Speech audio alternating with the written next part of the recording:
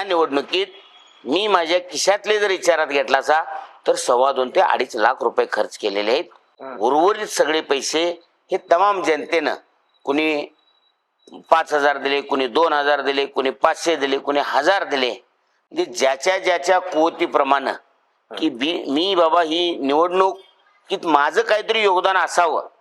कुणी 8-8, 15-15 दिवस स्वतःच्या गाडीत पेट्रोल सुद्धा घेतलं नाही। तो स्वतः माणूस पेट्रोल घालून जेवण स्वतःच सकाळी घरातनं जेवून यायचा, संध्याकाळी घराला जेवायला जायचा, स्वतःची पाण्याची बाटली जरी घ्यायची झाली तर ते स्वतः घेत होता। म्हणजे जो माणूस ज्याला काम करता येतं येऊन त्यानं काम केलं, ज्याला काम करायला वेळ मिळत असेल नसेल त्या माणसाने काही प्रमाणात आर्थिकतेची मदत करण्याचं काम केलं। म्हणजे ही निवडणूक ही एक आजच्या निवडणुका आणि या सगळ्या गोष्टींचा जर गांभीर्याने विचार केला तर मला असं वाटतंय की भविष्याच्या तरुण पिढीनं किंवा इतर सगळ्यांनी जर विचारात घ्यायचं झालं, जर आपण चांगल्या पद्धतीने समाजाशी नातं जोडलं तर समाज आमच्याशी चांगल्या पद्धतीने नातं जोडतोय।